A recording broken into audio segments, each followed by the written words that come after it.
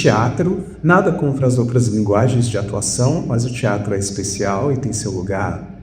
E a minha estética, a estética do meu trabalho, envolve a performatividade queer, a situação da pessoa LGBTQIA+ em Minas Gerais, que é um estado supermarcado pela herança católica, cristã. Então, eu considero que minha arte é bem de resistência nesse sentido. E como um bom teatreiro brasileiro que sou, eu preciso me desdobrar em diversas funções dentro do teatro. Desde direção, dramaturgia, cenografia e produção cultural, que é o que eu venho especializando nos últimos anos. E nas horas livres, como se não bastasse, de 8 às 17, eu trabalho como técnico administrativo em educação na Universidade Federal de Minas Gerais. Sou lotado no Centro de Comunicação e nas funções técnicas do audiovisual. Eu trabalhei por 13 anos na TV, UFMG, e agora trabalho no Centro de Comunicação, dando suporte aos processos. E lá, inclusive, os tais das universidades federais estão em greve, uma grande mobilização nacional, é importante lembrar isso. E lá na TV UFMG, eu fui escolhido para estagiar lá há 14 anos e acolhido por uma pessoa, e essa pessoa, desde então, tem sido minha referência a nível pessoal, espiritual, uma referência de pessoa, e essa pessoa está aqui presente hoje, Dr. Márcio Ferreira de Sá. Vou pedir para que ele dê um axé para todos e se apresente. Isso, se apresente, Fábio. Peça ali, pode dar o microfone. Não precisa. Ah, vai sim. Vai se apresentar sim. Povo de Candomblé, você sabe, né? Povo de Umbanda, Candomblé, né? Eu sou o Márcio Ferreira, tá? Trabalho na universidade, sou terceirizado há 24 anos. Conheci o Rakvik com 17 anos, quando eu estou como estagiário. E vi a pessoa que ele era e falei assim, Oxalá, meu pai, eu sou de Jesmani, então na nossa nação chamada de Orixá. Falei, esse menino é de Oxalá, explica um caminho bom. E ele, será? Falei, vai ser. E lá na frente a gente vai ver isso. E está sendo hoje esse cenário maravilhoso. Eu estou assim, muito feliz. Estou trazendo e levando muito axé dessa casa de Oi Barbosa. Ele fala da casa. E a Casa São Lázaro é uma casa que sofreu vários ataques lá em Belo Horizonte. Roubaram muitas coisas minhas, coisas de 34 anos atrás que eu disse santo. E o Ravico desde então está mobilizando. Conseguir as coisas de volta a gente não conseguiu, mas a gente está com muita força. E eu espero que esse cenário traga mais energia e força para a gente levar para Belo Horizonte e conquistar tudo que o povo de terreiro, o povo preto, precisa nessa terra.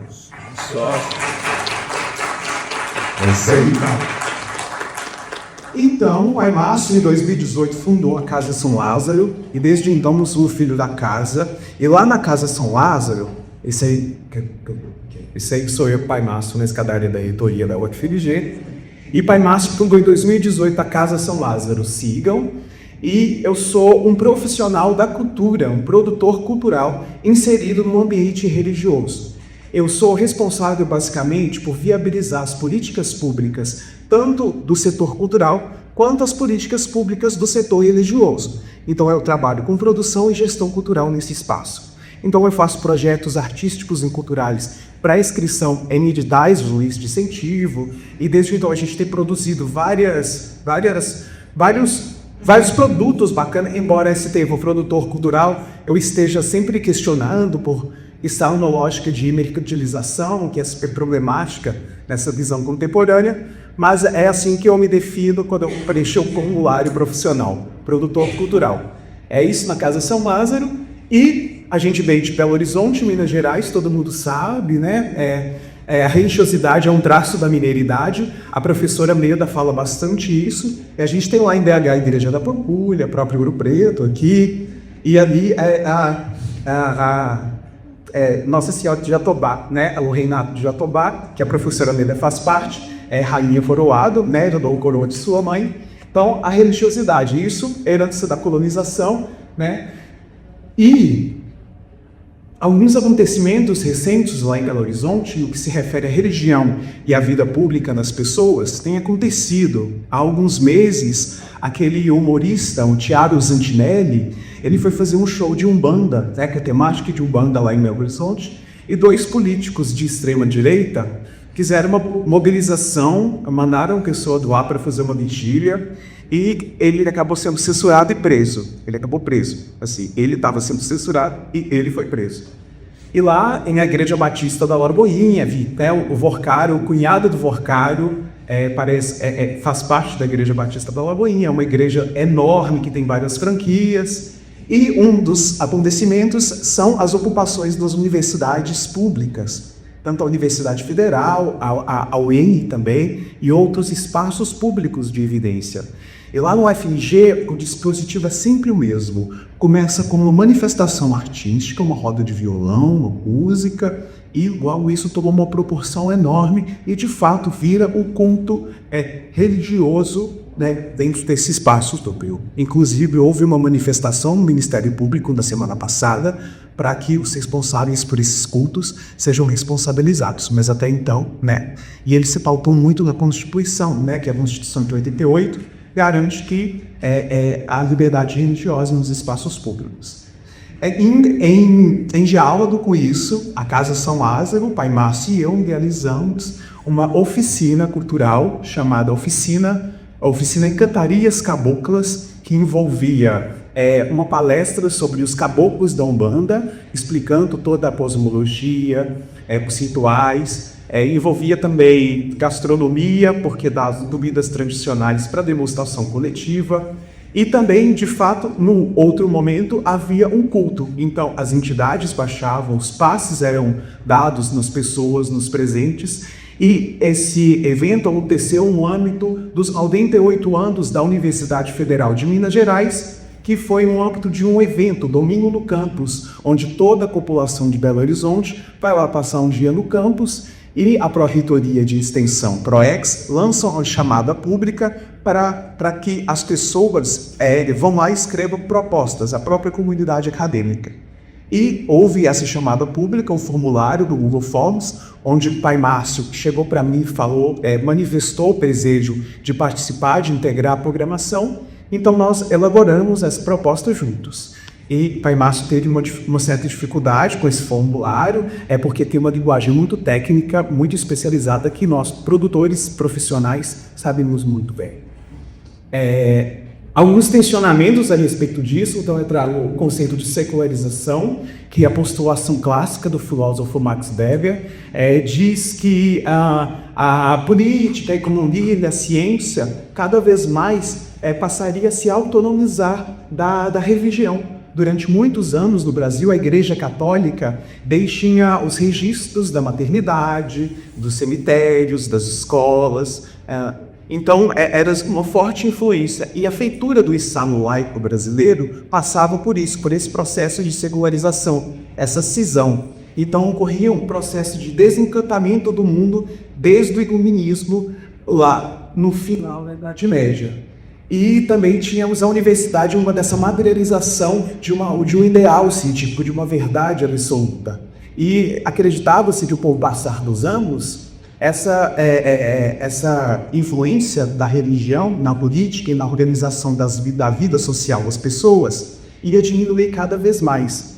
Só que a visão contemporânea, e isso é óbvio, porque a gente vê no noticiário todos os dias, diz que não é bem assim. A religião não deixou de organizar a vida pública, a vida social, a vida das pessoas. Essa alocação para o setor privado das pessoas não diminuiu a presença da religião no público, na sociedade, nos espaços. Então a gente sempre teve aí a Igreja Católica, os elementos cristãos, aí nos tribunais, nas escolas, nos presídios, né? Então é muito importante a gente falar isso. E aí o super pensador Casanova, que ele é um ator americano, ele vai falar justamente isso, que é contextual desse processo de secularização. Cada lugar no mundo vai ter uma forma de ver essa relação entre o poder público, o poder privado e a religião das pessoas. Outros pensadores também falaram em suas contribuições. E depois desse evento, dessa oficina, 2 semanas depois, aconteceu a invasão na Casa São Lázaro, onde os assentamentos foram substituídos por 2 imagens católicas, 2 imagens de Nossa Senhora. E eu faço lá uma análise dessas violências com base nos estudos de performance da professora Leila e do Shatner, muito a partir de como esse ato de violência interrompe a produção de conhecimento pautado na oralidade, o que se chama oralitura, né, professora Leila? E também ele fala da retomada simbólica do secretismo, que é uma própria violência. E da crítica à apropriação. Eu também, com a seção do meu artigo, falo sobre como os setores religiosos vêm se apropriando das políticas públicas culturais, desde a Constituição de 88, da década de 90, com a visita do Papa, onde eles utilizaram os mecanismos de fomento, e desde 2009, 2012, da presidenta Dilma sancionando diversas leis reconhecendo as manifestações gospel quanto manifestação cultural, mas o mais expressivo foi a partir do desgoverno, que, enfim, né, nem precisa falar, mas aqui a gente tem um decreto de 2021 que altera a PRONAC, a Lei Rouanet, e existem várias evidências aí, saíram nos jornais, que grandes produtoras de eventos têm de dar grandes quantias de dinheiro das prefeituras para fazer eventos religiosos. E em 2023, o presidente Lula revogou todos os decretos que o desgoverno tinha feito, mas, em contrapartida, o nosso Senado, os nossos dirigentes, dão de olho assim, nesses mecanismos de fomento para fazer com que os setores religiosos, né, usufruam também dessas políticas. Então, lá no meu artigo eu explico tudo direitinho, aqui mais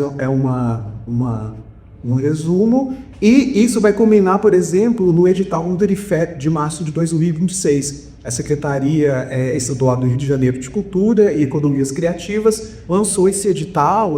Houve uma forte mobilização social, as redes sociais pedindo a impugnação desse edital, mas ele não possui nenhuma diretriz assim, de ações afirmativas, exceto as de interiorização. Ele não reconhece o racismo religioso como uma dimensão estruturante da nossa sociedade. Ele está no ano de eleição, e a partir do decreto de 2025, logo em 2026, eles fazerem esse edital. Então a gente tem que estar ciente das táticas de gestão que a cultura está passiva de sofrer, e não houve participação social do segmento dos profissionais da cultura na elaboração desse edital. Ele até reconhece os católicos, os protestantes, os povos de terreiro, mas ele não leva em conta as dimensões estruturantes. Então, portanto, a gente tem que ter um olhar bastante crítico a respeito dessa ferramenta.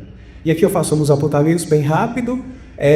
O setor religioso possui políticas públicas, mas a gente não pode falar que elas estão sendo aplicadas de fato, porque não existem indicadores que falem da proporção dessas políticas. Por exemplo, a gente enfrentou uma grande dificuldade dos povos de terreiro para a formalização. Então, a gente tem políticas públicas IPTU, isenção de contas, isenção de impostos, mas que a gente não tem a garantia de que elas vão ser de fato aplicadas. A religiosidade na dimensão humana, se eu vou passar, e aí uma falta de estrutura institucionalizada e robusta para o segmento. O que a gente tem a nível institucional do executivo para a religião é uma coordenação dentro de uma diretoria, dentro de um ministério, e do Ministério de Direitos Humanos e Igualdade Racial, que, coincidência do destino ou não, é o segundo mais atacado. O primeiro é na cultura, né? Mas, enfim. E reforçar pela laicidade brasileira privilegiou o cristianismo. E aqui, eu gostaria de chamar a atenção, porque eu sei que tem dirigentes de universidades aqui, chamar a atenção dos dirigentes de cultura presentes das universidades públicas, estados e municípios para o reconhecer dos mestres e mestras de suas comunidades. E aqui estão as referências. Obrigado.